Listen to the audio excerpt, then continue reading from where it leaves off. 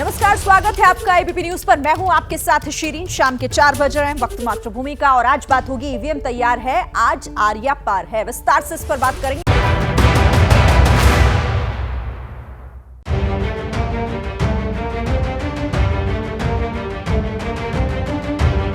EVM तैयार है, आज आर्या पार है। कांग्रेस सरकार के जाने का काउंटडाउन शुरू हो चुका है।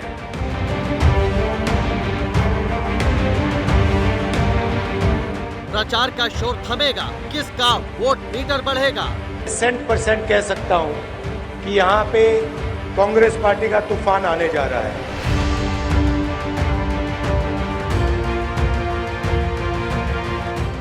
मोदी, राहुल या प्रियंका, रैली धुआंधार, कितनी असरदार। आखिरी युद्ध, योद्धा तैयार, नतीजे का इंतजार। तो देश और दुनिया की 40 खबरों के बाद अब वक्त आज की सबसे बड़ी खबर की डिटेल्स पड़ताल का है। देखिए, मध्य प्रदेश छत्तीसगढ़ में सियासी युद्ध अपने आखिरी मोड़ पर है। ये जंग अब कुछ घंटों की रह गई है। जोर आजमाइश का वक्त क्योंकि खत्म होने वाला है, लेकिन उससे पहले मोदी, राहुल, प्रियंका, योगी, अमित शाह सबने मैदान में अपनी पूरी ताकत झोंक दी है। धुआंधार रैलियां कितनी असरदार हो सकती हैं? आखिरी युद्ध में योद्धा तैयार हैं, तो नतीजे क्या होंगे? कांग्रेस या बीजेपी, किसकी सीटें बढ़ेंगी? इन सभी सवालों का जवाब ईवीएम में कैद होगा। मगर क्या जनता का आखिरी मूड जानने के लिए चलेंगे ग्राउंड पर? मेरे साथ कई सहयोगी होंगे जो आपको बताएंगे कि अभी क्या मूड है जनता का। मध्य प्रदेश से ब्रजेश राजपूत हमें बताएंगे, छत्तीसगढ़ से रविकांत हमारे साथ जुड़े हुए हैं और राजस्थान से वीरेश पांडे हमारे साथ जुड़े हुए हैं। सभी के पास एक एक करके चलेंगे, लेकिन उससे पहले शुरुआत एक बड़ी खबर के साथ कर लेते हैं। देखिए, मध्य प्रदेश में प्रचार का आखिरी दिन, प्रचार खत्म होने में करीब 2 घंटे बाकी रह गए हैं। शाम 6 बजे मध्य प्रदेश में थम जाएगा प्रचार। आखिरी दिन भी दिग्गजों ने पूरी ताकत झोंकी। 17 नवंबर को मध्य प्रदेश में एक ही चरण में वोटिंग होनी है और उससे पहले आज आखिरी दिन और अब आखिरी 2 घंटे, क्योंकि 2 घंटे के बाद प्रचार का शोर थम जाएगा और मध्य प्रदेश में उसके बाद सब कुछ जनता के हाथ में। आखिरी दिन भी आज दिग्गजों ने अपनी पूरी ताकत झोंकी है जनता के बीच पहुंचकर।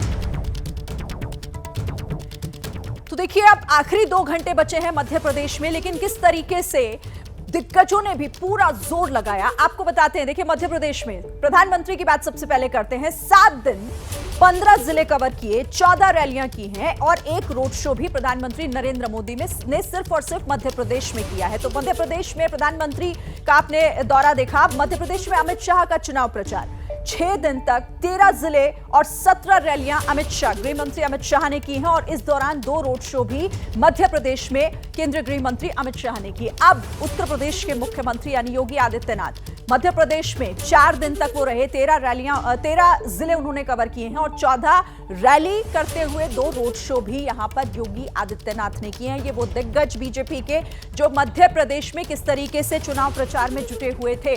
और ब्रजेश राजपूत ग्राउंड पर यानी मध्य प्रदेश से हमारे साथ जुड़ गए, उनका रुख करते हैं। ब्रजेश, अब तो आखिरी 2 घंटे बचे हैं, लेकिन इस दौरान हमने देखा कि किस तरीके से बीजेपी के तमाम जो दिग्गज थे पूरी ताकत उन्होंने झोंकी मध्य प्रदेश में, लेकिन इसका असर कितना होगा? ग्राउंड पर क्या समझ आ रहा है?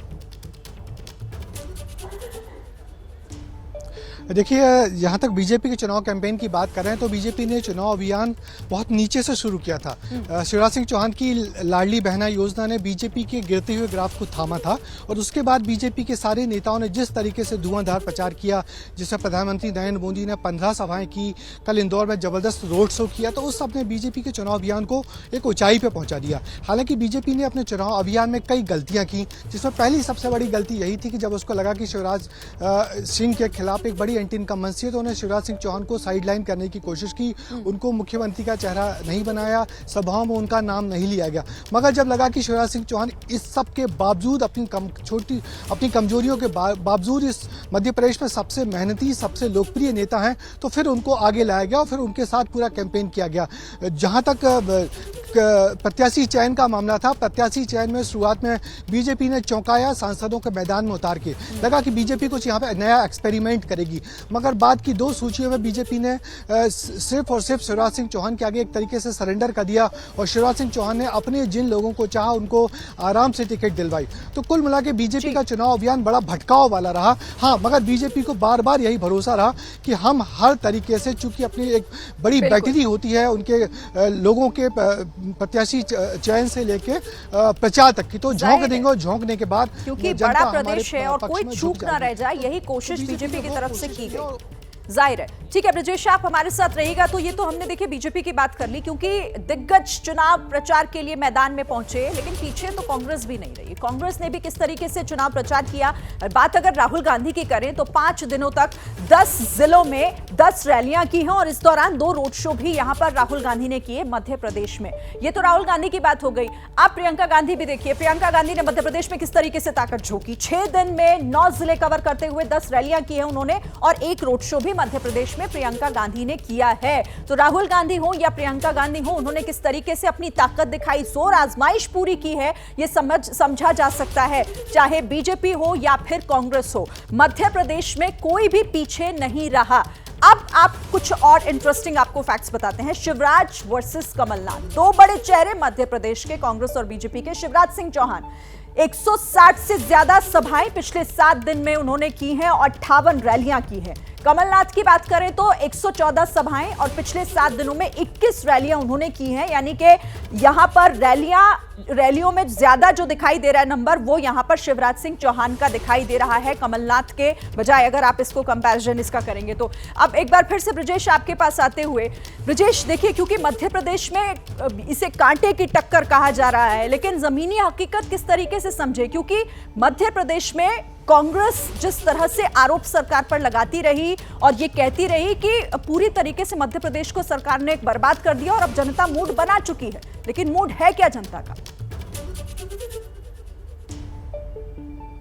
देखिए, कांग्रेस की हम बात कर रहे हैं बीजेपी की बात करने के बाद, तो कांग्रेस ने इस पूरे चुनाव में अपने आप को सामने आने ही नहीं दिया। शुरुआत से ही पूरा चुनाव बीजेपी वर्सेस जनता की स्ट्रेटजी से लड़ा।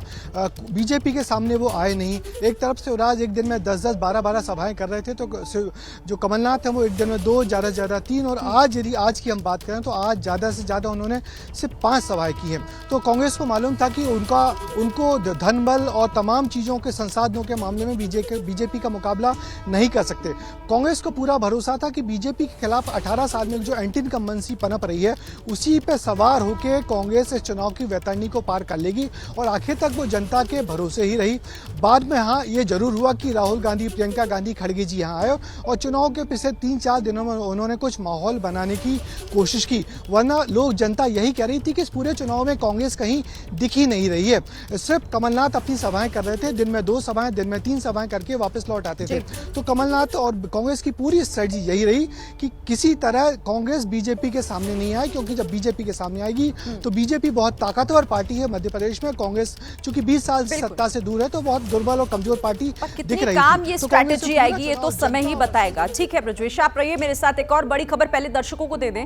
देखिए, बेटे को लेकर पहली बार नरेंद्र तोमर की तरफ से बयान आया है। एबीपी न्यूज पर वायरल वीडियो को उन्होंने साजिश बताया। मुरैना में रोड शो के दौरान नरेंद्र सिंह तोमर बोले और कहा कि ये साजिशें हैं और इस तरह की जो साजिशें हैं वो चलती रहती हैं। वायरल वीडियो पर ये रिएक्शन नरेंद्र तोमर का, और एबीपी न्यूज पर उन्होंने इस वायरल वीडियो को साजिश बताया है। कुछ साजिशों की भी बात हो रही है। कल आप कह रहे थे कि आपके खिलाफ साजिश की जा रही है। साजिशें चलती रहती है। कुछ साजिशों की भी बात हो रही है। कल आप कह रहे थे कि आपके खिलाफ साजिश की जा रही है। साजिशें चलती रहती है।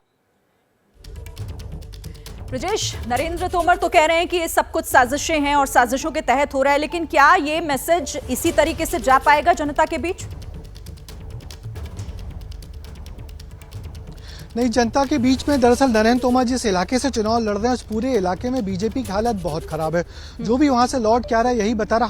हमारा ओपिनियन पोल ने भी बताया था कि पिछली बार उस पूरे इलाके में यदि बीजेपी 6 सीटें जीती थी, तो इस बार हमारे एबीपी न्यूज और सी वोटर के ओपिनियन पोल ने उसको सिर्फ 7 सीटें बताई हुई थी। नरेंद्र तोमर जिस इलाके से खड़े हुए हैं, दिमनी विधानसभा से, वहाँ बहुत कड़े मुकाबले में फंस गए हैं। वहाँ 3 तोमर खड़े हुए हैं और एक ब्राह्मण कैंडिडेट जो बीएसपी से खड़ा हुआ है, उसने सब पूरा ध्रुवीकरण कर दिया गया और पूरे तोमरों के वोट बंटने के बाद बीजेपी बसपा का प्रत्याशी आराम से जीतता हुआ लग रहा है।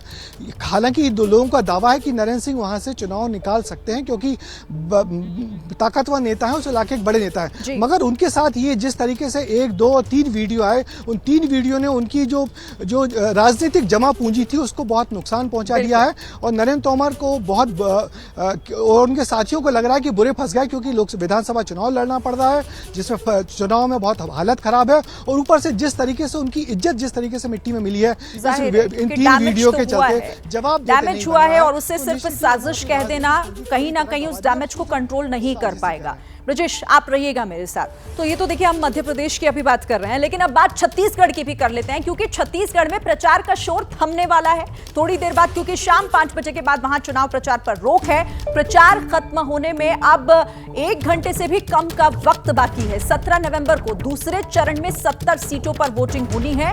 अमित शाह समेत सभी दिग्गज मैदान में उतरे हुए हैं। तो अब 1 घंटे से भी कम का समय बचा हुआ है क्योंकि 5 बजे वहां पर चुनाव प्रचार थम जाएगा। एक चरण छत्तीसगढ़ में हो चुका है, बारी अब दूसरे चरण की है, यानी 17 नवंबर को दूसरे चरण में 70 सीटों पर वोटिंग होनी है। लेकिन देखिए यहां भी दिग्गजों का जमावड़ा लगा रहा।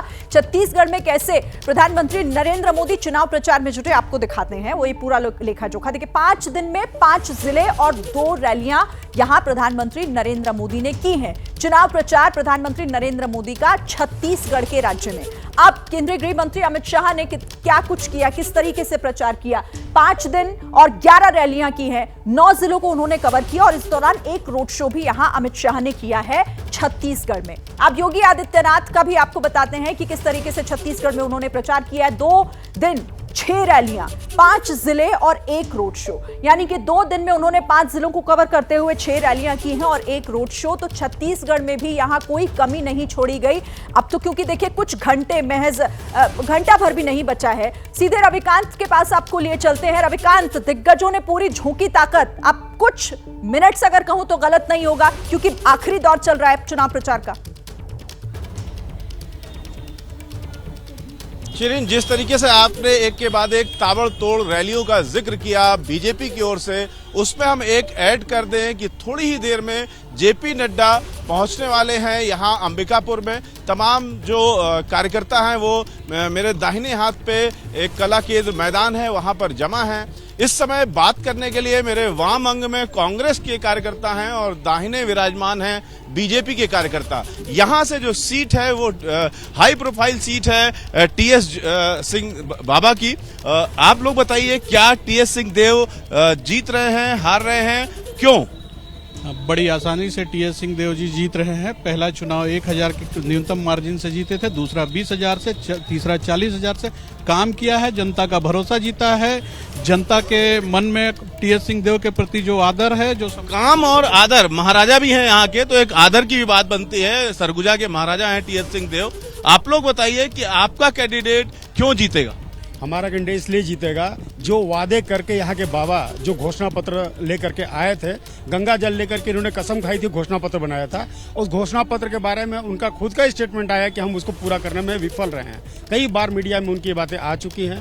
भूपेश सिंह बघेल एक के बाद एक दूसरे चुनाव में वादे कर रहे हैं। गृह लक्ष्मी योजना का वादा किया है, यहाँ पर 2 संभाग बनाने की भी बात की उन्होंने, कमिश्नरी नहीं बनेगी। देखिए, भूपेश बघेल तो सरगुजा संभाग में कोई सब्जेक्ट ही नहीं है। वो प्रदेश के मुख्यमंत्री जरूर हो सकते हैं जिन्होंने भरोसा बिल्कुल तोड़ दिया है पूरे प्रदेशवासियों का। सरगुजा संभाग में जो भी महत्व है कांग्रेस पक्ष से, वो टीएस बाबा का है। तो टीएस बाबा का लोग नाम ले रहे हैं शिरीन, लेकिन मुकाबला छत्तीसगढ़ में बेहद टक्कर का है। बेहद टक्कर का मुकाबला, लेकिन इसमें कौन जीतेगा और कौन फेल हो जाएगा जनता की नजरों में, ये तो ईवीएम में कैद हो जाएगा। तो छत्तीसगढ़ और मध्य प्रदेश में चुनाव प्रचार का शोर थमने जा रहा है। छत्तीसगढ़ में शाम 5 बजे और उसके बाद 6 बजे मध्य प्रदेश में चुनाव प्रचार जो है वो थम जाएगा, इसका शोर। और इसी को लेकर देखिए किस तरीके से अब आखिरी जो कुछ मिनट्स बचे हैं उसमें पूरी जोर आजमाइश हो रही है। लेकिन आपको कुछ आंकड़े हम दिखा रहे हैं। छत्तीसगढ़ में हमने आपको दिखाया कि बीजेपी ने किस तरीके से अपनी पूरी जोर आजमाइश लगाई। आप कांग्रेस की बात कर लेते हैं और छत्तीसगढ़ में राहुल गांधी का प्रचार आपको दिखाते हैं। 5 दिनों में 10 जिलों को कवर करते हुए 10 रैलियां यहां पर की है राहुल गांधी ने। कांग्रेस शासित छत्तीसगढ़ और दोबारा कोशिश कांग्रेस की है वहां पर सरकार बनाने की, और इसीलिए देखिए 5 दिनों में 10 जिलों को कवर किया यहां राहुल गांधी ने। अब बात अगर प्रियंका गांधी की करें तो देखिए 3 दिन में 5 जिलों को कवर किया, 1 रोड शो और 4 रैलियां यहां पर प्रियंका गांधी ने भी की हैं। तो पूरी जोर आजमाइश यहां पर कांग्रेस की तरफ से लगाई गई है। दिग्गज जो चुनाव मैदान में खुद उतरे और अपनी पार्टी के प्रत्याशी के समर्थन में वोट की अपील की है, लेकिन कई अलग अलग मुद्दे इस बार जो वो दिखाई दिए। रविकांत का रुख एक बार फिर कर लेते हैं, हमारे साथ छत्तीसगढ़ के अंबिकापुर से जुड़े हुए हैं। रविकांत, इस बार जिस तरह से देखिए सीएम बघेल को पूरी घेरने की कोशिश बीजेपी की तरफ से जो की गई है, वो उस महादेव ऐप घोटाले को लेकर, जिसे साजिश भले ही कांग्रेस कह रही हो लेकिन बीजेपी कह रही है कि बुरे फंसे हैं, लेकिन ग्राउंड पर इसका असर कितना दिख रहा है?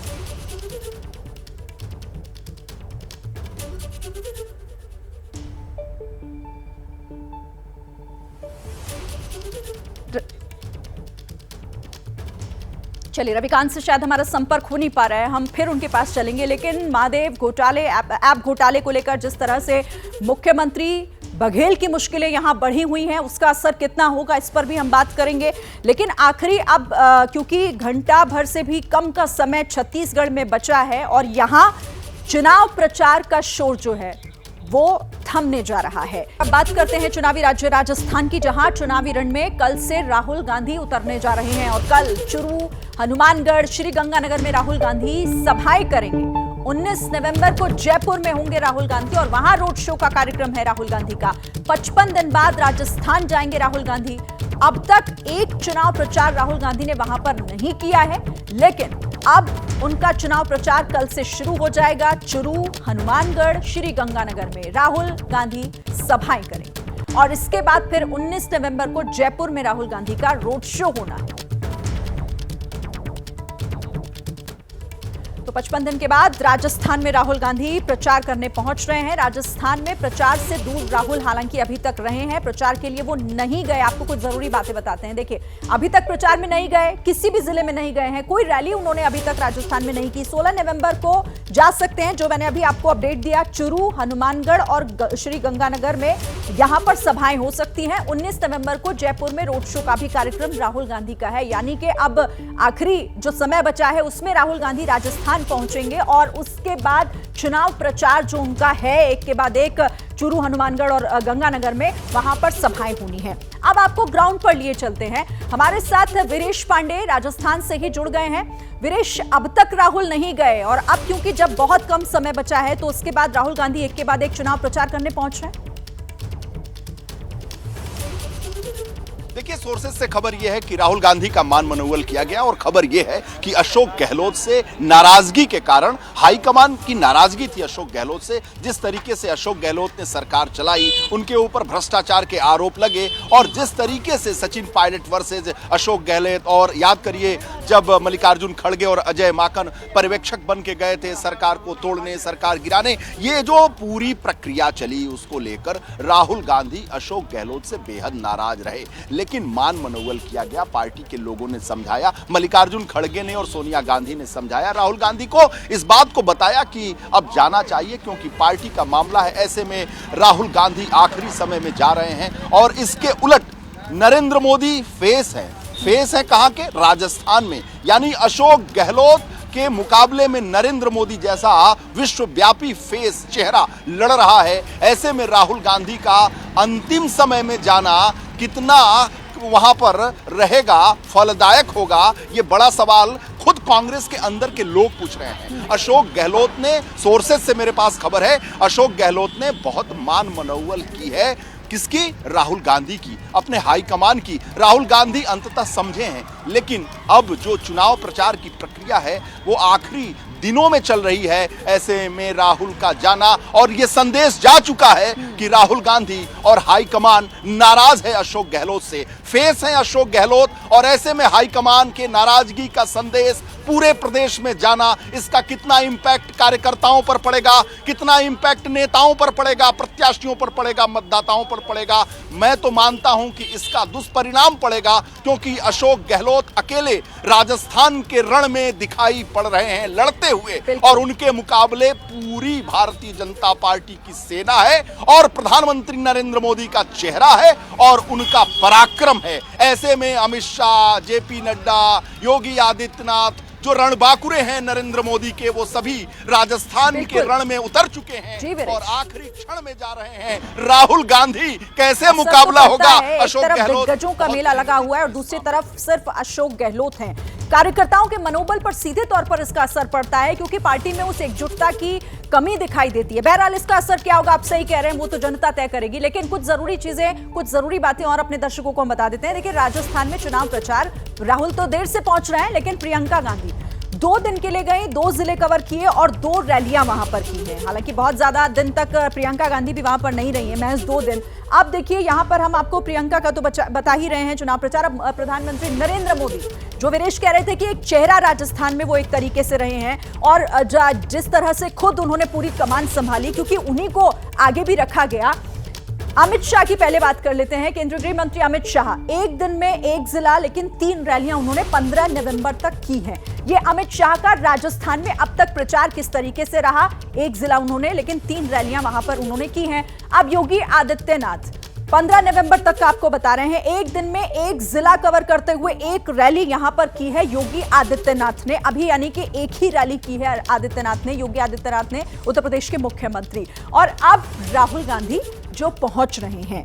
लेकिन अब वीरेश, अब यहां पर एक सवाल और उठता है, क्योंकि जिस तरीके से ईडी की बहुत चर्चा हुई चुनाव मैदान में, और ईडी को लेकर आरोप यह लगाया गया कि ईडी को हमारे खिलाफ इस्तेमाल किया जा रहा है। लेकिन जब आप लोगों से बात करते हैं तो यह मुद्दा उन लोगों के लिए कितना बड़ा हो जाता है, जनता के लिए?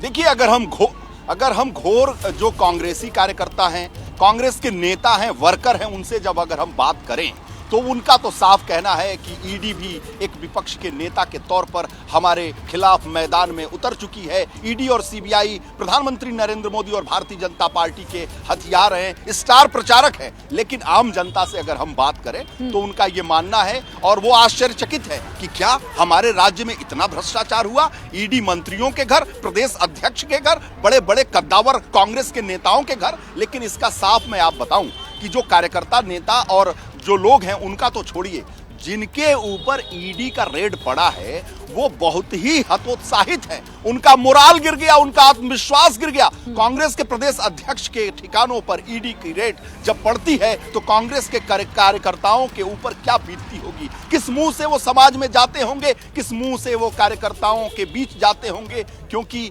इससे मोरालिटी गिरती है, नैतिकता गिरती है, आत्मविश्वास डिगता है, और इसका इंपैक्ट पड़ा है राजस्थान के चुनाव में, और इसका खामियाजा अशोक गहलोत एंड कंपनी को भुगतना पड़ेगा, कांग्रेस को भुगतना पड़ेगा, इसमें कोई दो राय नहीं है।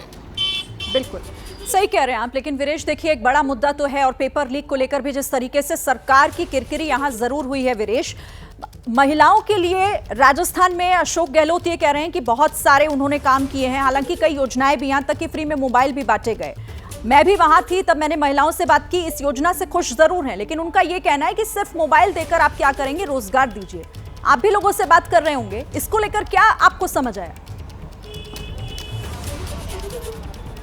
देखिए, जो अशोक गहलोत ने चुनाव के अंतिम समय में रेवड़ियां बांटी हैं, वहां पर जो पढ़े लिखे लोग हैं, जो मध्यम वर्गीय हैं, जो बुद्धिजीवी हैं, उनका साफ कहना है, अरे साहब, क्यों झूठ बोल रहे हो, क्यों हम लोगों के साथ मजाक कर रहे हो। वो समझ रहे हैं कि आखिरी दौर में कौन सी ऐसी रेवड़ी बांट रहे हो, आचार संहिता लग गया। अब जो तुम कह रहे हो वो कब, जब सरकार बनेगी तब तो दोगे, जब सरकार ही नहीं बनेगी तो कैसे दोगे। अगर देना ही था तो सरकार में जब आए थे तो उसके प्रारंभिक वर्षों में दिए होते। चुनाव जब सर पर था तो दनादन रेवड़ियां बांट रहे हो, तमाम घोषणाएं कर रहे हो, 1 के बदले 3 दे रहे हो, 4 दे रहे हो। जब सत्ता में आओगे तो देखोगे, अगर ऐसा ही मन में तुम्हारी पवित्रता थी, सुचिता थी और देने का मन था तो शुरू में दे दिए होते, प्रारंभ में दे दिए होते, वो लागू भी हो गया होता, इंप्लीमेंट भी हो गया होता, जमीन पर भी आ गया होता, सतह पर भी आ गया होता, कार्यान्वित भी हो गया होता, लेकिन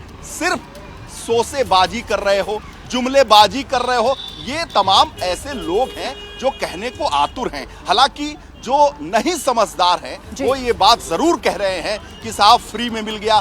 फ्री में तो कहते हैं कि लोग फिनाइल भी पी लेते हैं। बहुत सारे ऐसे मजाक में लोग कहते हैं कि इनको फ्री में फिनाइल दे दे तो ये भी पी लेंगे। बहुत सारे लोग मजाक में करते हैं, कहते हैं, आपस में एक तंज कसते हैं। तो उसी तरीके की बातें हैं। और वीरेश देखिए, जनता को सब समझ आता है कि आप सिर्फ और सिर्फ एक चुनावी झुंझुना उनके हाथ में थमा रहे हैं या वाकई उनको विकसित करने के लिए कोई काम कर रहे हैं। जनता है, सब समझती है और सब जानती है। बहरहाल वीरेश, बहुत शुक्रिया आपका हमारे साथ जुड़ने के लिए। इस बुलेटिन में फिलहाल इतना ही।